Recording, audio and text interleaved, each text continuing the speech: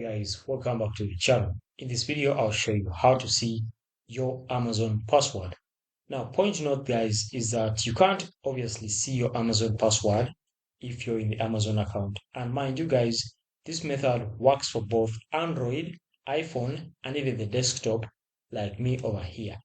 Now, if you want to see your Amazon password, what you'll do is quite simple. Come to your Chrome browser, tap on the three dots, then click on Passwords, then choose Google Password Manager.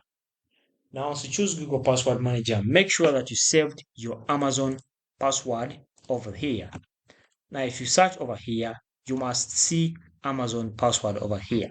Okay, so quickly just go ahead and click on this, and then you'll be able to see your Amazon password.